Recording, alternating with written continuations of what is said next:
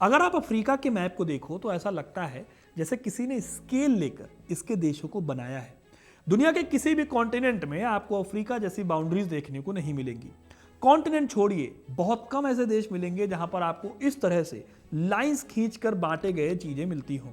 लेकिन ऐसा हुआ कैसे? इस सवाल का जवाब है वो साजिश जिसने अफ्रीका को बस एक जमीन का टुकड़ा मानकर बांट दिया। ये वो साजिश थी जिसके लिए जंग नहीं लड़ी गई, बल्कि एक कमरे में बैठकर सिगार के धुएं का छल्ला बनाते हुए 30 मिलियन स्क्वायर किलोमीटर को आपस में बांट लिया गया। यह आज तक की सबसे बड़ी ऐतिहासिक बंदरबाट थी।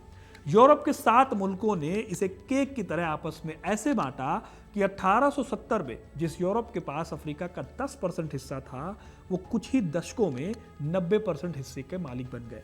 इथियोपिया और लाइबेरिया जैसे कुछ देशों को छोड़ दें तो पूरा अफ्रीका यूरोप का गुलाम बन गया।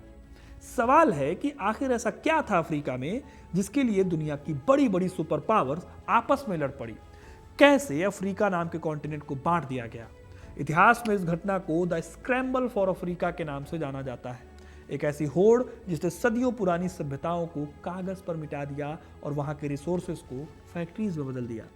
आज हम इसी स्क्रैम्बल की कहानी को शुरू से जानेंगे, तो वीडियो को एंड तक जरूर देखिएगा, क्योंकि अपना इतिहास नहीं जानोगे तो खुद को कैसे पहचानोगे। दोस्तों, यूपीएससी आज भी इंडिया के सबसे टफ एग्जाम्स में से एक है। हर साल 10 लाख लोग इस एग्जाम के लिए अपीयर होते हैं या फॉर्म भरते हैं। अब यूपीएससी के लिए पढ़ते तो सब हैं, पर प्रीलिम्स वही निकालते हैं जो सही टाइम पर खुद को टेस्ट करते हैं। और सेल्फ टेस्टिंग का वो फॉर्मूला हमने एक्सपर्ट्स के साथ मिलकर महीनों की मेहनत के बाद तैयार किया है, वो भी सिर्फ आपके लिए।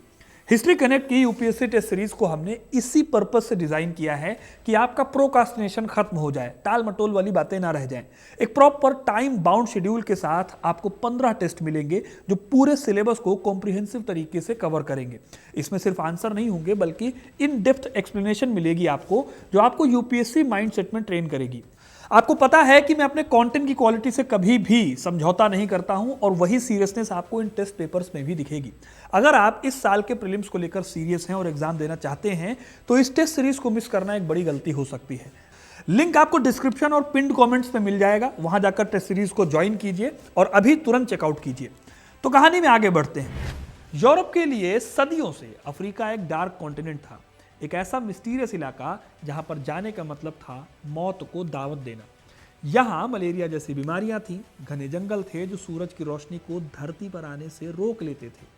मलेरिया आज भले ही क्योर्ड बीमारी लगती हो जिसकी हमारे पास दवा है, लेकिन कभी इस बीमारी ने यूरोप की आधी आबादी का खात्मा कर दिया था। वो कहानी हम कभी और देखेंगे। फिलहाल अफ्रीका जाना यूरोप के लोगों के लिए किसी खतरे से कम नहीं था, इसलिए कोई भी यूरोपियन देश अफ्रीका के अंदरूनी हिस्सों में नहीं जाता था। इजिप्ट जैसे देशों तक तो पहुंच होती थी, लेकिन 19वीं सदी में मलेरिया का तोड़ मिल गया। कुनैन की खोज से यूरोप के लोगों को अफ्रीका की बीमारियों का डर नहीं था। अब यूरोप के वाइट्स असल में अफ्रीका के दिल में उतर सकते थे। ये लोग अपनी स्टीम शिप्स की मदद से नदियों के अंदरूनी इलाके ढूंढ सकते थे। इस टाइम पर कई खोजी लोग गए जिन्होंने अफ्रीका के रियल और रिसोर्सेज से भरी हुई रिच इमेज को यूरोप के सामने रखा।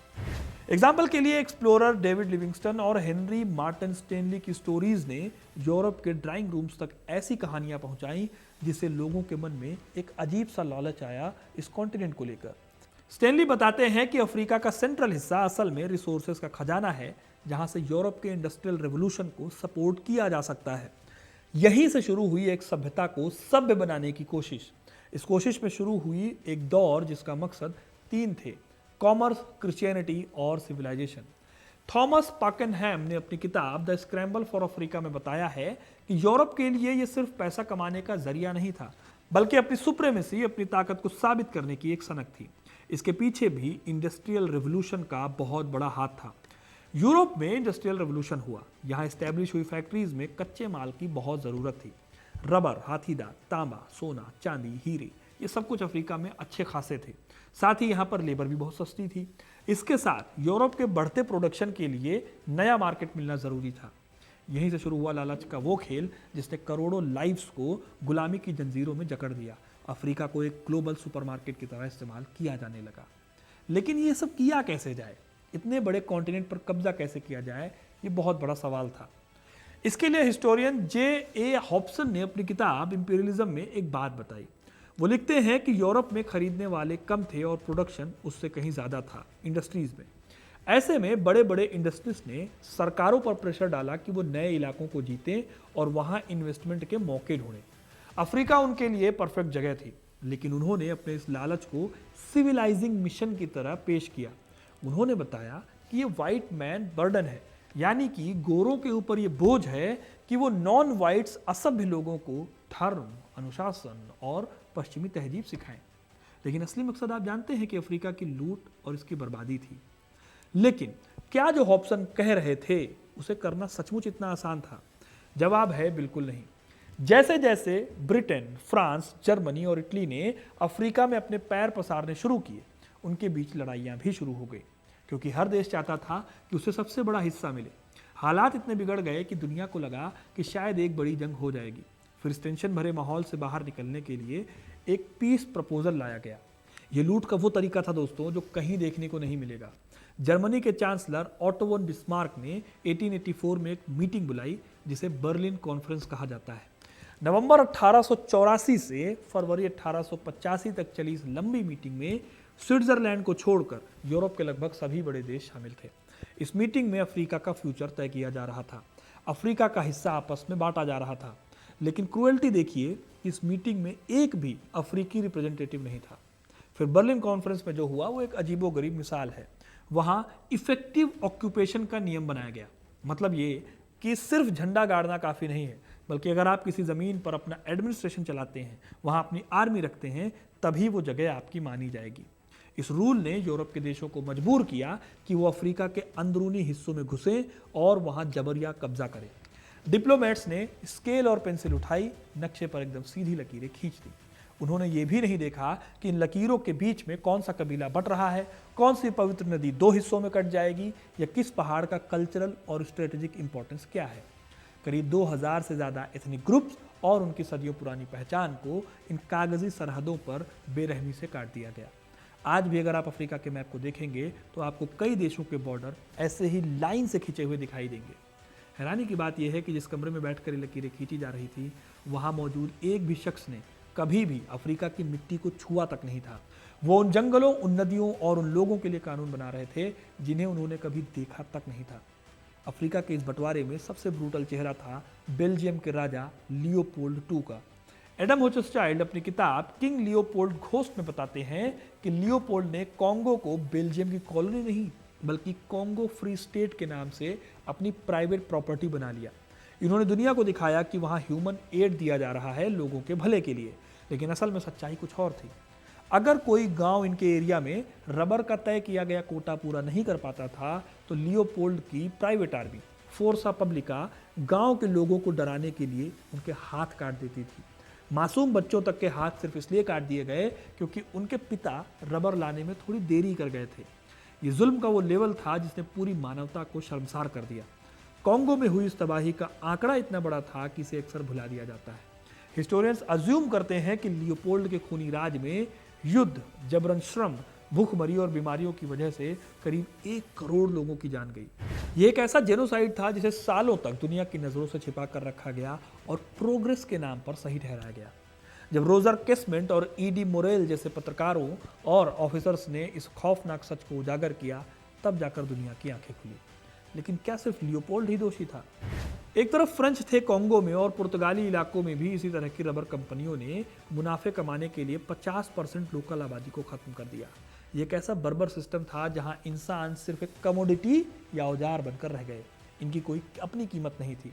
ऐसे अफ्रीका के साउथ में देखें तो यहाँ एक अलग ही इंपीरियल ड्रामा चल रहा था। ब्रिटेन के सेसिल रोड्स, जिनके नाम पर रोडेशिया का नाम पड़ा, उनका सपना था कि केप टाउन से काहिरा तक एक ऐसी रेलवे लाइन बिछाई जाए जो पूरी तरह ब्रिटिश कंट्रोल में हो। रोड्स ने ब्रिटिश साउथ अफ्रीका कंपनी के जरिए सोने और हीरों की खानों पर कब्जा जमाना शुरू किया और वहां के मूल निवासियों को बेदखल कर दिया। यहीं से आगे चलकर एंग्लो जुलू युद्ध और बाद में बोअर वॉर की नींव पड़ी। अंग्रेजों ने बोअर के लोगों को हराने के लिए दुनिया के पहले कंसंट्रेशन कैंप्स बनाए, जिनमें बहुत ही खराब कंडीशंस में लोगों को रखा जाता था। इस वजह से हजारों बच्चों और औरतों की भी मौत हुई। ये उस ब्रिटिश एम्पायर की भूख थी दोस्तों, जो पूरी दुनिया के रिसोर्सेज को अपने कब्जे में रखना चाहता था। चाहे उसके लिए कितनी ही लाशों के ढेर क्यों ना लगाने पड़े। अब आपके मन में भी ये सवाल आएगा कि जब ये सब कुछ हो रहा था तब क्या अफ्रीका के लोग सो रहे थे, वो लोग कुछ नहीं कर रहे थे? जवाब है नहीं। अक्सर हमें पढ़ाया जाता है कि अफ्रीका के लोगों ने बिना लड़े ही हार मान ली, लेकिन ये पूरा सच नहीं है।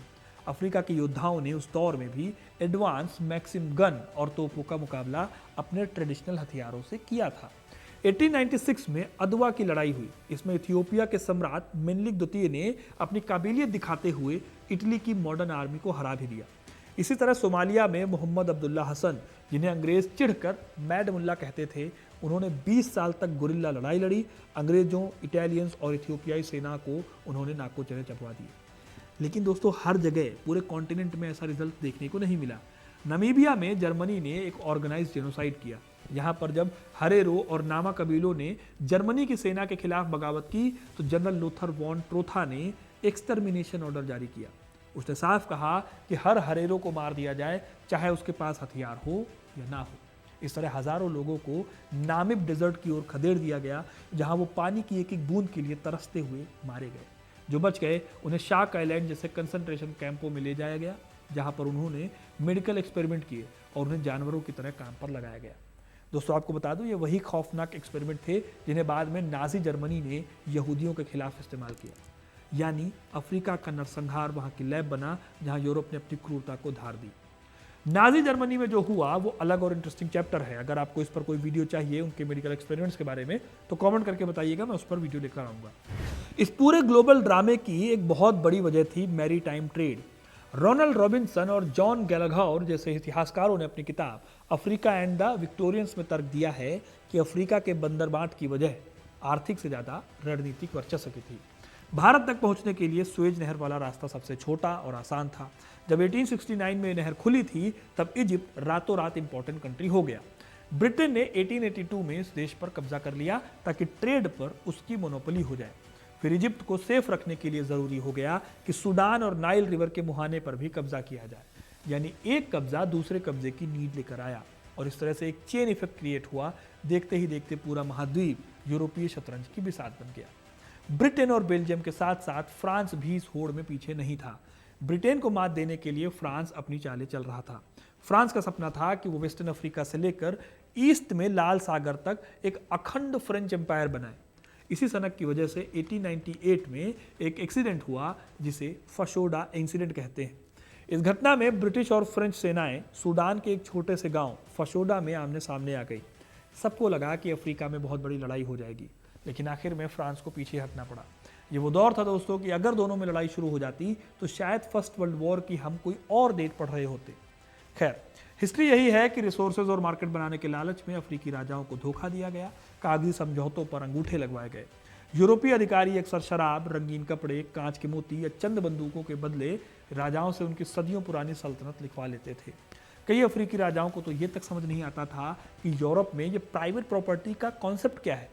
उनके कल्चर में जमीन किसी एक आदमी की तो होती नहीं थी, बल्कि ये पूर्वजों और आने वाली नस्लों की अमानत होती थी। तब तक उन्हें अपनी ऐतिहासिक गलती का एहसास हुआ, तब तक यूरोपीय सेनाएं उनके दरवाजों पर तैनात हो चुकी थी। ब्रिटेन के रॉयल नाइजर कंपनी और सेसिल रोड्स की चार्टर्ड कंपनियों ने इसी तरह अफ्रीका के दिल में अपने पैर जमाए और वहां की इकोनॉमी को हमेशा के लिए पंगु बना दिया। 19वीं सदी के दूसरे हाफ में शुरू हुआ ये प्रोसेस वर्ल्ड वॉर के टाइम तक लगभग पूरा हो चुका था। यानी कि फर्स्ट वर्ल्ड वॉर में अफ्रीका भी जंग का मैदान बनना तय था। इस वर्ल्ड वॉर ने अफ्रीका की इक्वेशंस को फिर से बदल दिया। जर्मनी इस जंग में हारा और लीग ऑफ नेशंस ने उसकी सारी कॉलोनीज जो कि अफ्रीका में भी थी उन्हें मैंडेट्स के नाम पर ब्रिटेन, फ्रांस और बेल्जियम के बीच बांट दिया गया। यह बंदर बांट किसी लूट के माल को दोबारा बांटने जैसा था, जिसमें अगेन अफ्रीका क्या चाहता है इसको किसी की नहीं पड़ी थी। जब सेकेंड वर्ल्ड वॉर आया तब इन महाद्वीपों को संभालना मुश्किल हो गया। इसकी एक वजह जंग के चलते यूरोपीय देशों की आर्थिक बर्बादी तो थी, लेकिन इसके साथ ही बहुत बड़ा रीज़न था अफ्रीका में राष्ट्रवाद का उदय। सेकेंड वर्ल्ड वॉर के बाद जब अफ्रीका तक राष्ट्रवाद की लहर पहुंची तब एक एक करके ये देश आज़ाद हुए। यानी अगर सेकेंड वर्ल्ड वॉर नहीं हुआ होता तो शायद और कई सालों तक अफ्रीका पर ये देश कब्जा करके राज कर रहे होते। हालांकि अफ्रीका के इतने टुकड़े हो चुके थे कि यह सिलसिला भी 1950 से लेकर 1970 तक चला। सबसे बड़ी बात होती है 1964 में। इस साल ऑर्गेनाइजेशन ऑफ अफ्रीकन यूनिटी की बैठक हुई। इस मीटिंग में कहा गया कि कॉलोनियल रिजीम की जो बाउंड्रीज हैं उन्हें बदला नहीं जाएगा। असल में अफ्रीका के इस ग्रुप को डर था कि कहीं अगर दोबारा बॉर्डर बनाने की बात हुई तो पूरा कॉन्टिनेंट शायद फिर से एक नेवर एंडिंग वॉर का हिस्सा बन जाएगा। इस तरह दोस्तों अफ्रीका का इतिहास अपने आप में किसी ट्रेजेडी से कम नहीं है। आज भी ये बंटवारा वहाँ के लोगों की रगों में एक धीमे जहर की तरह दौड़ रहा है, अफ्रीका के डेवलपमेंट को रोकने का काम कर रहा है। इसी अफ्रीका में रवांडा का भयानक नरसंहार हुआ, सूडान का 20 साल चलने वाला सिविल वॉर हुआ, नाइजीरिया का बियाफ्रा स्ट्रगल हुआ। हर देश के स्ट्रगल की जड़ें कहीं ना कहीं उसी बर्लिन कॉन्फ्रेंस की सीधी लकीरों और डिवाइड एंड रूल की नीतियों में छिपी हुई है। अगर आपको लगता है कि यूरोप ने अफ्रीका से केवल सोना और हीरा लूटा, उनके रिसोर्सेज लूटे, तो आप सिर्फ अभी पूरा सीन नहीं समझ पाए। अफ्रीका का सोशल स्ट्रक्चर, उसकी कल्चरल पहचान को तहस नहस करने का काम भी यूरोप के लालच से हुआ, जिसे आज हम नियो कोलोनियलिज्म कहते हैं। वो उसी पुराने औपनिवेशिक खेल का मॉडर्न और डिजिटल वर्जन है। आज भी अफ्रीका के रिसोर्सेज पर कब्जा करने के लिए दुनिया की महाशक्तियों के बीच एक न्यू स्क्रैम्बल चल रहा है। बस इस बार आपको बंदूकें नहीं दिखेंगी, कर्ज के जाल दिखेंगे। दोस्तों हिस्ट्री में एक बार मैं फिर से कहूंगा कि सिर्फ किसी राजा को पढ़ लेना भर हिस्ट्री नहीं है, यह आपको आने वाले फ्यूचर के लिए वार्निंग साइंस भी देता है। अगर आप अफ्रीका की पूरी कहानी को देख चुके हैं तो आपको बताऊं कि इस कहानी का एक अजीब पहलू ये भी है कि अफ्रीका को हमेशा से एक लाचार और पिछड़ा कॉन्टिनेंट दिखाया गया, और आप में से बहुत सारे लोग इस बात को मानते होंगे, जबकि अगर वहाँ की रियल हिस्ट्री देखें तो वो बहादुरी, साइंस और गौरव से भरी हुई है। माली एम्पायर का राजा मनसा मूसा, जो अपने टाइम में दुनिया का सबसे अमीर इंसान था, या सोंगहाई और अक्सुम जैसी महान सभ्यताएं जिन्होंने दुनिया को ट्रेड और खगोल विज्ञान सिखाया, इन सब को कॉलोनियल हिस्टोरियंस ने जानबूझकर इतिहास के पन्नों से मिटा दिया। उन्होंने ये झूठ बहुत ही ज़्यादा चालाकी से फैलाया कि अफ्रीका में यूरोप के आने के पहले केवल अंधेरा था, लेकिन कड़वा सच ये है कि अफ्रीका को सभ्य बनाने की आड़ में यूरोप ने अपनी इकोनॉमी को खड़ा किया और अफ्रीका को जानबूझकर विकास की दौड़ में सदियों पीछे धकेल दिया। तो दोस्तों ये थी कहानी अफ्रीका के बंदरबाट की। आपको ये कहानी कैसी लगी कमेंट करके ज़रूर बताएं। वीडियो को लाइक और शेयर करना ना भूलें, और इस इंटरेस्टिंग कहानियों के लिए, इतिहास से जुड़े रहने के लिए हिस्ट्री कनेक्ट को सब्सक्राइब जरूर करें। धन्यवाद।